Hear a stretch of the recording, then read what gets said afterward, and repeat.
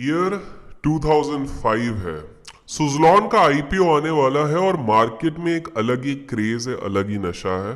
Power based company है, काफी popular है, सब लोग कह रहे हैं इसके आईपीओ में सब्सक्राइब करो। सब्सक्राइब होता भी है, रिटेल के तरफ से ऑलमोस्ट 6 टाइम्स होता है और इंस्टीट्यूशनल लेवल पे ऑलमोस्ट 40 टाइम्स होता है। That is itself a blockbuster IPO. लेकिन कुछ साल बाद एक खुलासा होता है। खुलासा ये होता है कि रिटेल को उनका हक ही नहीं मिला। क्यों?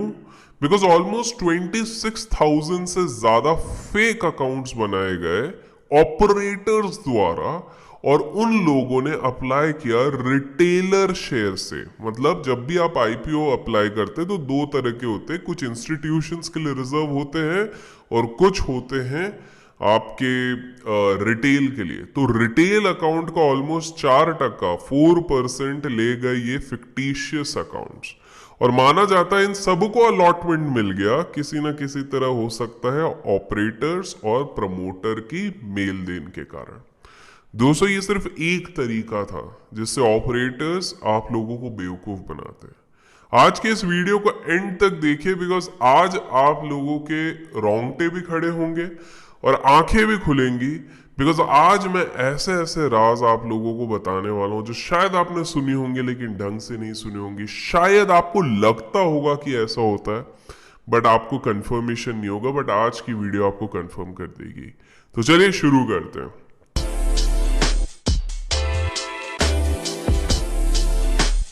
मैं, जैसे कि आपको पता है, हम सिंप्लिसिटी के साथ बात करते हैं और लाइव केस स्टडीज की बात करते हैं। तो अपन एक इंसिडेंट की बात करते हैं। आज से करीब करीब 22 साल पहले की बात है। एक व्यक्ति रहते हैं जिनका मैं नाम अभी जस्ट थोड़ी देर में बताऊंगा। वो कॉल लगाते हैं कुछ ब्रोकर्स को, कहते हैं कि यार बॉस, मार्केट में बहुत पैसा आ रहा है, बहुत लिक्विडिटी है मार्केट में। लिक्विडिटी इन द सेंस, जैसे कि हमने 2020 और 2021 से देखा है कि काफी ज्यादा लिक्विडिटी आ चुकी है। इसके तो रिस्क है करके everyone has become a trader and trading गुरु, उसी तरह की लिक्विडिटी आ गई, बहुत पैसा आ गया था बाजार में। और ये जनाब प्लान करते हैं कि यार बॉस, अपन फ्लोट करेंगे एक कंपनी और उसको आगे लेके जाएंगे। दोस्तों, ये कोई कंपनी बंद हो चुकी है। मैं इनकी पूरी कहानी तो इधर नहीं बताऊंगा, अगर आप चाहते हैं मैं बताऊं तो कमेंट सेक्शन में लिख दीजिएगा, बाद में एक वीडियो बना देंगे इन पे। लेकिन संक्षेप में बताऊं तो इनके ऊपर एलिगेशंस लगे। कोलकाता स्टॉक एक्सचेंज बंद हो गया था। कहने का मतलब था कि भाई इन्हीं के चक्कर में और केतन पारेख के चक्कर में हमारा पूरा स्टॉक एक्सचेंज तबाह हो गया, बंद हो गया। इन पे कोर्ट केस चल रहे थे। माना जा रहा था कि करीब करीब 24 करोड़ के इनने शेयर्स ऐसे फ्लोट कर दिए, नकली शेयर्स जो एक्चुअली में थे नहीं।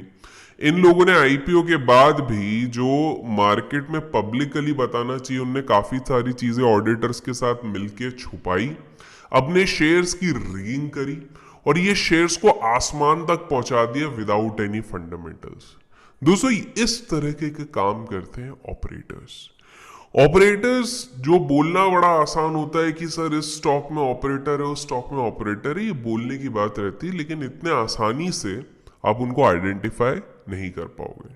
तो आज के वीडियो में हम समझेंगे कि ऑपरेटर्स का मोडस ऑपरेंडी क्या होता है, ऑपरेटर्स वर्क कैसे करते हैं, ऑपरेटर्स के क्या क्या तरीके होते हैं, किस किस तरीके से वो आप लोगों का काटते हैं। चलिए समझते हैं। तो पहली चीज, जो सबसे पहला सिचुएशन आता है जबकि एक ऑपरेटर का जन्म होता है, वो कैसे होता है।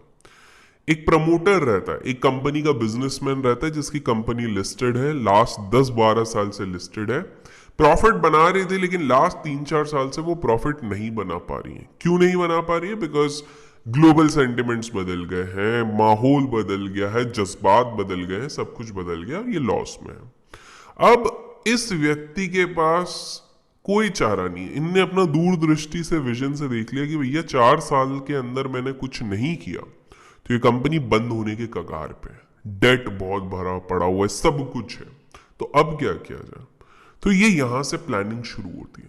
वो प्रमोटर क्या करते हैं, वो प्रमोटर अचानक से मैनेजमेंट के साथ मीटिंग करा के नए नए बहाने बना के, उसमें मैनेजमेंट भी बहुत बार मिली रहती है, उनसे नए नए प्रोविजंस बनाते हैं। लाइक सैलरी में इंक्रीज कीजिए, ये नए नए तरीके के एक्विजिशंस दिखाइए बुक्स पे, ये मेरे चाचा के भतीजे के बेटे का है तो हम यहाँ पर लैंड एक्वायर करेंगे बिकॉज ये हमको सस्ते में मिल रहा है। कोई वेरीफाई नहीं कर रहा सस्ता है कि नहीं, मैनेजमेंट को भरोसा है प्रमोटर पे कि प्रमोटर सच्ची बोल रहा। बट एक्चुअल में प्रमोटर क्या कर रहा है? प्रमोटर पूरे 1 से 1.5 साल में जितना ज्यादा पैसा हो सकता है मार्केट की शेयर वैल्यू से, एक्विजिशन से, खबरों से, वो जितना ज्यादा हो सकता है पैसा अपने पास बटोर रहा है। ये पैसा क्यों बटोर रहा है? सोचने वाली बात है। Why is this promoter doing this thing? Because promoter ने अपना आंकड़ा लगा दिया, उस मैनेजर ने, उस ओनर ने ये आंकड़ा लगा दिया कि अगले 3 से 4 साल में मेरे हवाले निकलने वाले हैं।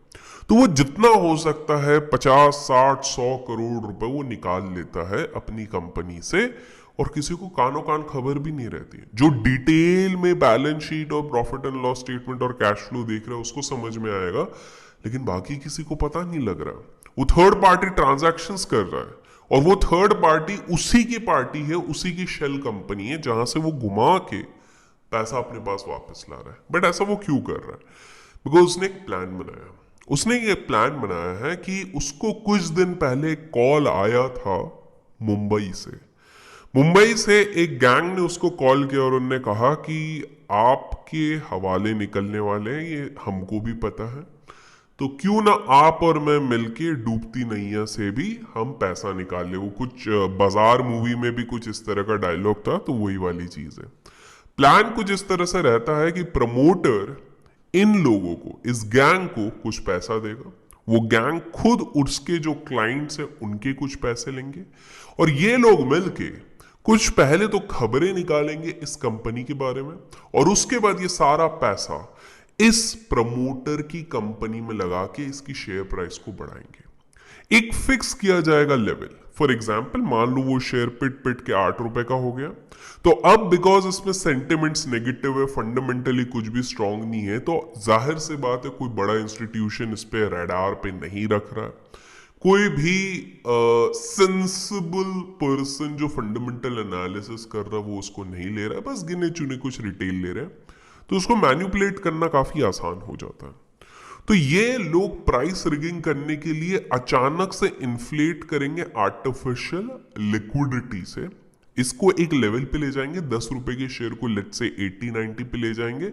जब अचानक से वॉल्यूम देख के, मोमेंटम देख के काफी लोगों के स्क्रीनर्स पकड़ेंगे कि इतना वॉल्यूम पड़ा हुआ है, तो चलो लेट्स बाय दिस थिंग, और वहां से धीरे धीरे करके वो जैसे ही 100 पे जाएगा, 99 पे जाएगा, ये अपना डंपिंग शुरू कर देंगे धीरे धीरे करके। ऐसा नहीं कि एक ही दिन में कर देंगे, बिकॉज वो वॉल्यूम नहीं तो दिख जाएगा। तो अचानक से एक दिन मान लो 10% निकाल देंगे, फिर थोड़े दिन में 20% निकाल देंगे, और फिर आखिरी जब स्लॉट निकालेंगे तब back to back lower circuit लगने लग जाएगा। जो व्यक्ति 70-80 में घुसा है वो फंस जाएगा। तो यहां पे प्रोसेस कैसा चलता है अब आप समझिए। ऑपरेटर वाला ये आपको पहला फंडा समझते हैं। पहले ऑपरेटर होता क्या है? ऑपरेटर कोई भी व्यक्ति या कोई भी कार्टेल जिसके पास इतना पैसा है कि वो किसी स्टॉक को या फिर बाजार को हिला सके, उसको हम ऑपरेटर कहेंगे। सिंपल सरल भाषा से, ये कोई डेविल नहीं है, ये कोई वो नहीं है। ऑब्वियसली इनके इंटेंशन अलग अलग रहते हैं। आपको बता दूं कि हमारे देश के सारे प्रमुख बड़ी कंपनियां, जी हाँ, सारे प्रमुख बड़ी कंपनियों का कोई ना कोई ऑपरेटर होता है। मोस्टली ऑपरेटर्स गुजरात, मुंबई, चेन्नई और पुणे से ऑपरेट करते हैं, और कुछ कुछ बैंगलोर से एंड दिल्ली से। बट सबसे ज्यादा ये ऑपरेटर्स आपको मिलते हैं Mumbai, Pune, Gujarat, and yes of course a few of them in Delhi and Bangalore. इन लोगों का काम क्या रहता है? एक कार्टेल रहता है, एक ग्रुप रहता है। ये ग्रुप का काम सिर्फ एक चीज रहता है, इंफॉर्मेशन एक्वायर करो, कौन सी कंपनी के प्रमोटर्स के हवाले निकल गए उनको पकड़ो, फॉल्स न्यूज स्प्रेड करो, फॉल्स न्यूज प्लांट करो, प्राइस की रिगिंग करो, सर्कुलर ट्रेडिंग करो, ये सब मैं समझाऊंगा। और उसके बाद प्राइस के प्रॉफिट निकालो, अपना शेयर रखो और बाकी सबका फायदा उठाओ। दोस्तों, हमारे शेयर मार्केट की हिस्ट्री में काफी एग्जाम्पल्स आ चुके हैं ऑपरेटर्स के। हर्षद मेहता जब रिलीज हुए थे आफ्टर द बीच में जब वो रिलीज हुए थे, उसके बाद भी उनने काफी सारे शेयर ऑपरेट किए थे। Ketan Parekh famously known for his K10। Dinesh Dalmiya again a very famous operate हुआ था by share operating in all those things. Kolkata stock exchange के हवाले उनने और केतन पारेख ने मिलकर लगा दिए थे। आपको ये समझना है कि शेयर ऑपरेटर सिर्फ एक ही तरीके से नहीं करता। जब हमने वीडियो शुरू किया तो मैंने एक आपको आईपीओ का एंगल बताया, तो अब एक एक करके सारे एंगल मैं आपको समझाता हूं। आईपीओ का एंगल इस तरह से रहता है दैट जब एक इन्वेस्टमेंट बैंक के साथ मिलके कोई भी कंपनी, कोई भी प्रमोटर अपना आईपीओ निकालते हैं, तो हमेशा याद रखिए कि वो आईपीओ हमेशा एक प्रीमियम पे निकालते हैं। प्रीमियम पे क्यों निकालते हैं? बिकॉज अभी इनकी ही हुकूमत चलेगी। अगर प्रमोटर्स और इन्वेस्टमेंट बैंकर मिलके निकालते हैं कि भाई साहब इस शेयर की वैल्यू तो 300 रुपए है, और भले ही उसकी रियल वैल्यू 50 रुपए ही हो गए, तो वो 300 रुपए पे निकालेंगे, जिसका 250 रुपीज वो प्रीमियम लेंगे। ये इनका फायदा होता है। ये बेसिकली अपनी गुडविल का फायदा निकालते हैं। And that is one of the reasons, जब मार्केट में लिक्विडिटी और पैसा सबसे ज्यादा आता है, तभी धनाधन सबसे ज्यादा आईपीओज आते हैं। आप लोग देख ही रहेंगे लास्ट 1.5 ईयर्स में, बिकॉज शेयर बाजार में इतनी ज्यादा लिक्विडिटी आ गई है थैंक्स टू सेंट्रल बैंक, अचानक से बहुत सारे आईपीओज निकल रहे हैं। आप लोगों को खुद नहीं पता कि इनके रियलिस्टिक वैल्यू क्या है, आप बस आईपीओ पे बेट कर रहे हैं ये सोच के कि मेरा पैसा डबल या ट्रिपल हो जाएगा, everything will turn out to be a DMart या बीएससी। इसकी कोई गारंटी नहीं। इस केस में ऑपरेटर कैसा गेम खेलता है? बिकॉज रिटेल और फाइनेंशियल इंस्टीट्यूशन के लिए कुछ चीजें रिजर्व रहती हैं, और जो बड़े सेठ लोग रहते हैं उनको इंटरनल खबर रहती है, प्रमोटर के दोस्त रहते हैं कि बॉस ये वाली शेयर ऑब्वियसली इतना इतना मार सकती है ऑपरेटर्स के साथ मिलके एटलीस्ट फर्स्ट डे पे। तो ये लोग कोशिश करते हैं जितना शेयर हो सके एक्वायर करें, लिस्टिंग डे के दिन हम बुक कर लेंगे अपने प्रॉफिट। और इसके लिए ये लोग काफी सारे फिक्टिशियस अकाउंट, मतलब नकली अकाउंट्स, रिटेल अकाउंट से बनाते हैं और उसके बाद उस चीज को सब्सक्राइब करते हैं। दोस्तों कुछ कुछ केसेस में तो पकड़ लिया है सेबी ने, लेकिन कुछ केसेस में नहीं पकड़ पाती है, बिकॉज हम सबको पता है बेबी क्या करती रहती है। बट आपको ये चीज समझना जरूरी है कि इस केस में नुकसान होता है रिटेल का। कैसे? बिकॉज उसको या तो आईपीओ नहीं मिलता है, दूसरी चीज जिसको मिल भी जाता है वो अचानक से शिकार हो जाता है प्रॉफिट बुकिंग का, जो कि लिस्टिंग डे पे हो जाती है, बहुत ही मैसिव इन सम केसेस। तो ये उस रूट में फंस जाता। तो पहला तरीका इनका ये हो गया। दूसरा, जैसे मैंने बताया, प्रमोटर्स के साथ मिलके ये लोग प्राइस रिक करने की कोशिश करते हैं, जिसमें प्रमोटर अचानक से जिसके हवाले निकल रहे थे वो अचानक से प्रॉफिटेबल आ जाता, अपना पैसा लेके वो निकल जाता है। ये दूसरा तरीका होता है जिसमें वो ऑपरेटर्स के साथ मिलके करते हैं। तीसरा, जो न्यूज प्लांटिंग होती है, वो कैसे होती है? So let's take an example. एक XYZ शेयर होता है, वो शेयर अचानक से लैकलस्टर होता है, उसमें कुछ वॉल्यूम नहीं रहता, कुछ भी नहीं होता, और ऑपरेटर्स उसको स्पॉट करते हैं कि बॉस ये है वो शेयर जिसको हमको आसमान पे पहुंचाना है, टू द मून पहुंचाना है। तो ये लोग क्या करते हैं, अचानक से पहले एक्यूमुलेट करेंगे, और वो एक दिन में नहीं करेंगे बिकॉज उनकी क्वांटिटीज बहुत बड़ी है। 50 करोड़ 100 करोड़ रुपए वो जब लगा रहे हैं एक स्मॉल कैप जिसका खुद मार्केट कैप शायद 10 करोड़ भी नहीं होगा, तो उसके लिए वो जब एक्यूमुलेट करने लगेंगे तो पहले धीरे धीरे धीरे करके ब्रोकर्स के नेक्सस के साथ मिलके ये लोग एक्यूमुलेट करेंगे। एक बार जब एक्यूमुलेशन हो जाएगा तो इनका नेटवर्क बहुत बड़ा रहता है, 30,000 media channels including YouTube, Telegram, then आपका TV channels, famous TV channels. वहां पर ये लोग अपने पेड एनालिस्ट को इन्फ्लुएंस करेंगे कि बॉस टीवी पे ये चीज बोलो कि ये शेयर बहुत अच्छा है, कुछ अपने टेक्निकल जार्गन्स बताओ, चार्ट पे कुछ 2-3 तस्वीरें बना के दिखा दो कि देखो ये बैंगन वाला चार्ट पैटर्न बनाया है, करेला पैटर्न बना हुआ है। इस तरह की चीजें आप टीवी पे बताओ जिससे कि लोग इन्फ्लुएंस हुए। अब उस टीवी को देखने वाले करीब करीब 6 से 7 करोड़ लोग हैं। अब इसमें मजेदार ये चीज हो जाती है कि वो 6-7 करोड़ में से हमेशा 1-2 करोड़ लोग ऐसे होते हैं जो लास्ट 2-3 महीने पहले ही आए हैं, बाकी तो एक एक करके हर महीने कुछ लोग घाटा करके निकलते रहते हैं।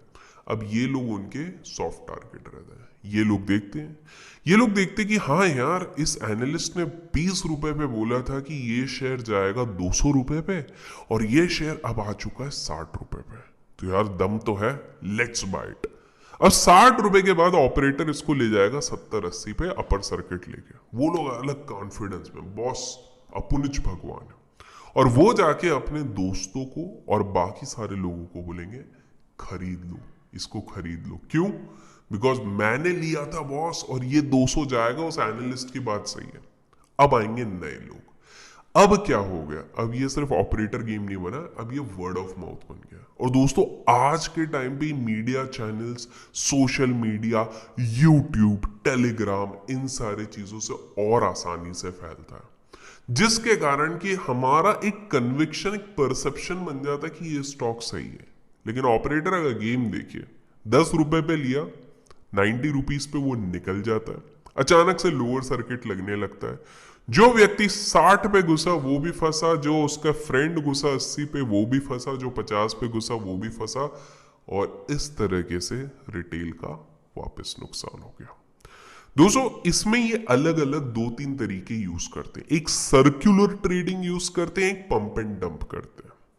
अब इसमें एक जो सबसे कॉमन तरीका होता है, आप लोगों ने बहुत बार नोटिस किया होगा कि बायर और सेलर के रेशियो अचानक से चेंज हो जाते हैं। 5 लाख बायर थे पहले और 4 लाख सेलर थे, बट अचानक से सिर्फ 50,000 बायर रह जाएंगे और 4 लाख सेलर। अगर आपने ऐसा कुछ देखा है तो कमेंट्स में जरूर लिखिएगा, और कौन से स्टॉक में देखा है, ताकि दूसरे लोग भी सतर्क रहें। अब ये चीज में करते क्या है, इसमें 2 पार्टी रहती है।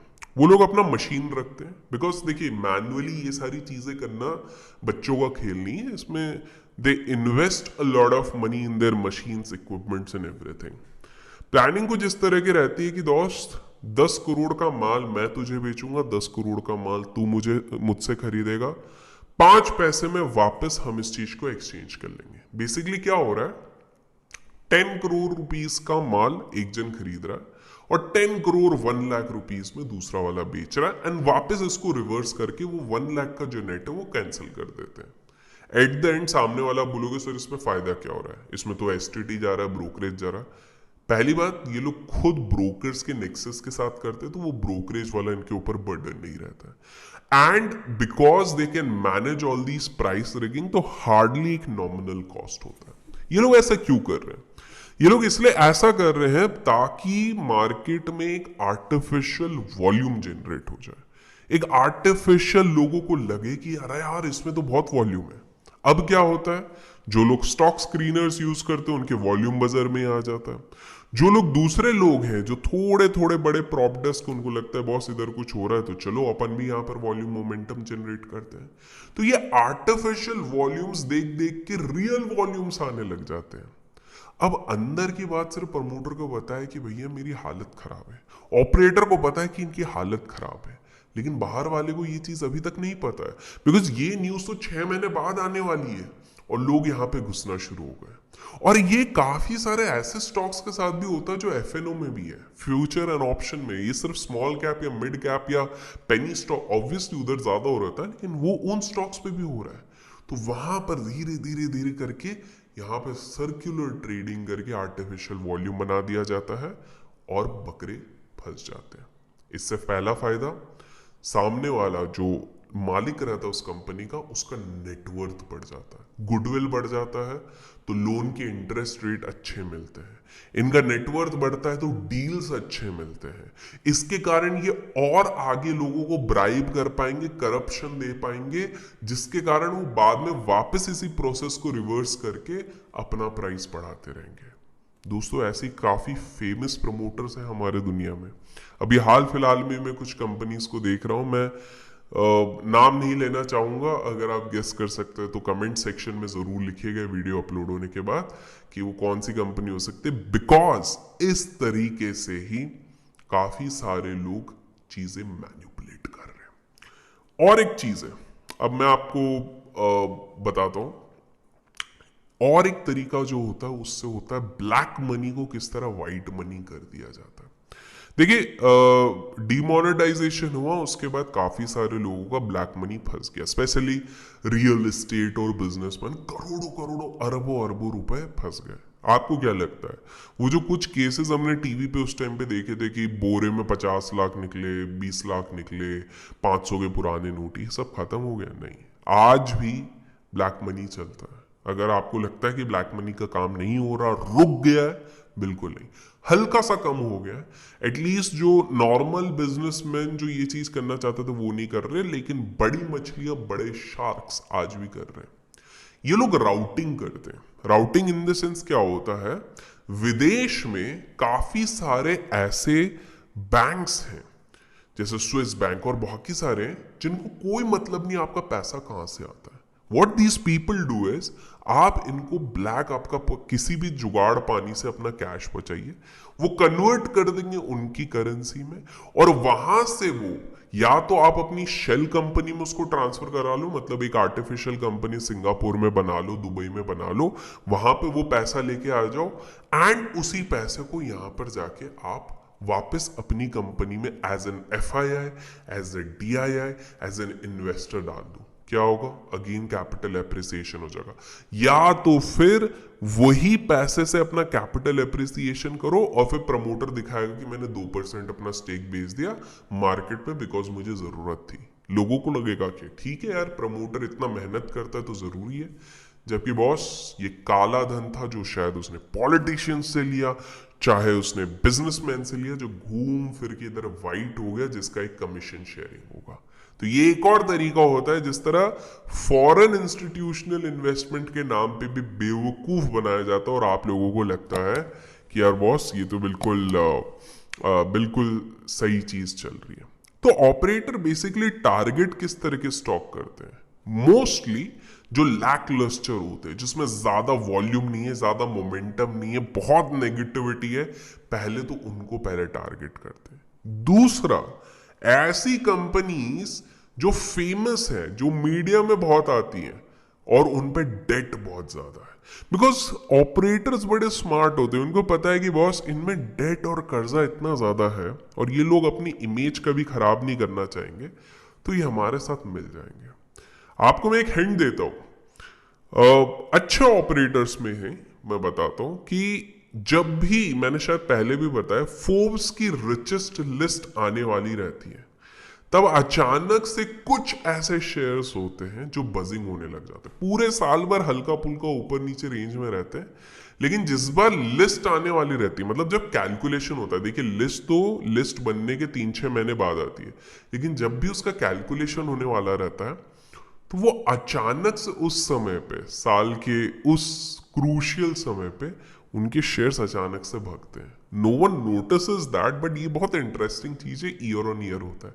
और जैसे ही वो लिस्ट के फाइनल रिकॉर्डिंग चले जाती है कि हाँ भैया रिचेस्ट फ्रॉम इंडिया ये हैं, ये लिस्ट बन गई, उसके बाद अचानक से वापस वो लैकलस्टर हो जाता है, अपने ऑल टाइम हाई से वो नीचे आ जाते हैं शेयर्स, और ये सिर्फ एक नहीं 2-3 शेयर्स के साथ होता है। तो इस तरह भी ऑपरेटर्स के साथ मिलके रिगिंग की जाती है। गीतांजलि जेम्स के साथ ये किया गया, DSQ सॉफ्टवेयर के साथ किया गया, केतन पारेख के KSCL, K10 स्टॉक्स के साथ ये किया गया, और आजकल भी ये सारी चीजें हो रही हैं। समझ लेगा सिर्फ 1-2 तरीके ही हैं। पहली चीज, किसी दूसरे पे विश्वास मत कीजिए, अपनी एनालिसिस खुद कीजिए। किसी और पे तभी विश्वास कीजिए जब आपने उनको परखा हो, एटलीस्ट साल भर तक जिसको परखा हो तब कीजिए। दोस्तों आपको बता दूं कि ऑपरेटर्स के आजकल तरीके YouTube के माध्यम से भी चल रहे हैं। मुझे ही कुछ समय पहले एक अच्छा डील आया था, नंबर नहीं बताऊंगा, नाम नहीं बताऊंगा, बट इतना आपको हिंट दे देता हूं कि एक जावा डेवलपर जितना इन्फोसिस और TCS में 3 साल के एक्सपीरियंस के बाद कमाता है, उसकी 5 सैलरी को ऐड कर दो, उतना मुझे सिर्फ एक स्टॉक रेकमेंड करने के लिए मिल रहा था। ये लोग ये नहीं देखते कितने सब्सक्राइबर्स है, कितने क्या है, ये एक ट्रस्ट फैक्टर देखते हैं कि आप पे कितने लोग ट्रस्ट करते हैं। कहीं ना कहीं मेरे कंसाइंस ने वो अलाउ नहीं किया। ऑब्वियसली सच बोलूं तो लालच तो आ गया था, बट कहीं ना कहीं कंसाइंस अलाउ नहीं करता, तो हमली हमको मना करना पड़ता है। और ये पहली बार नहीं है, ऐसे पहले भी इंसिडेंट हो गए। तो एक चीज याद रखिए कि कोई टेलीग्राम, कोई यूट्यूब, कोई ट्विटर, कहीं पर भी कोई अगर किसी 1 या 2 स्टॉक को बार बार रिकमेंड कर रहा है, तो आपको सतर्क होना जरूरी है, बिकॉज यू डोंट नो कि ये रिकमेंडेशन क्यों हो रही है। दूसरी चीज, आपको ये समझना है कि टीवीज पे भी काफी सारी चीजें रिग्ड होती हैं। एसएमएस अगर आपको आ रहे हैं, व्हाट्सएप अगर आ रहे हैं, तो आपको पहले खुद की रिसर्च करनी। तीसरा, सपोर्ट एंड रेजिस्टेंस हम लोग सब देखते हैं, प्राइस एक्शन हर कोई देखता है। आपने बहुत बार नोट किया होगा कि स्टॉक अचानक से अपने रेजिस्टेंस जाता है, रेजिस्टेंस से ब्रेकआउट करता है अच्छे वॉल्यूम से, आप बीटीएसटी लेते हो और अगले दिन वो गैप डाउन हो जाता है। देखा है? ये सीन ऐसा होता है कि जो चीज आप देख रहे हो वही ऑपरेटर्स भी देख रहे हैं, और ऑपरेटर्स उस रेजिस्टेंस पे आपको एक फेक वॉल्यूम दिखा के वहां पर एंड ऑफ द डे उनने प्लान बना लिया था डंप करने का, और वो अगले दिन से डंपिंग शुरू कर देते हैं। तो आपको ये लगता है यार मैंने तो ब्रेकआउट पे लिया था, उसके बाद ये क्यों गिर गया? बिकॉज इसका रीजन ये है, जब लेस नोन शेयर्स या फिर एफएनओ के वो स्टॉक्स जो बहुत ज्यादा पुराने नहीं हैं, जिसपे बहुत ज्यादा फ्लोट नहीं है, उन पे आप ट्रेड करते हो, तो वहां पर ऑपरेटर्स आपको फंसाने की कोशिश करते हैं। दोस्तों, आशा करता हूं आज का ये वीडियो आपको एक पर्सपेक्टिव दिया होगा। मैंने 3 4 5 6 एंगल्स यहां पर आपको बताए हैं। अगर पसंद आए तो लाइक जरूर कीजिएगा, और जरूर बताइएगा कमेंट सेक्शन में कि अगला वीडियो अब किस पे आपको चाहिए। क्या आपको ऑपरेटर्स का सेकंड पार्ट चाहिए, कि ऑपरेटर्स की फंक्शनैलिटी, मोर अबाउट ऑपरेटर्स, कि हम अपने आप को किस तरह से पूरी तरह से प्रोटेक्ट कर सकें, या जो हमने लास्ट वीडियो बनाया था जिसमें कौन से स्टॉक्स अवॉइड किया जाए उसका सेकंड चाहिए, या फिर हेज फंड? कमेंट सेक्शन में जिसके सबसे ज्यादा कमेंट्स आएंगे, बिकॉज लास्ट टाइम सबसे ज्यादा कमेंट्स आए थे ऑपरेटर वाले वीडियो के लिए, इसलिए हमने इस पे बनाया। तो लेट्स सी जिस पे सबसे ज्यादा होगा, एवरी वोट काउंट्स, तो जितने ज्यादा कमेंट्स आएंगे, जितने जल्दी आएंगे, उतने जल्दी आपको नेक्स्ट वीडियो मिलेगा। जैसे कि मैंने लास्ट टाइम बोला था, जितने जल्दी करोगे उतने जल्दी वीडियो, तो ये वीडियो भी आ गया। आशा करता हूं आपको पसंद आया होगा। पसंद आया तो लाइक जरूर कीजिएगा, इससे काफी हेल्प और मोटिवेशन मिलता है। Till then, keep learning, keep growing, keep investing, and keep trading.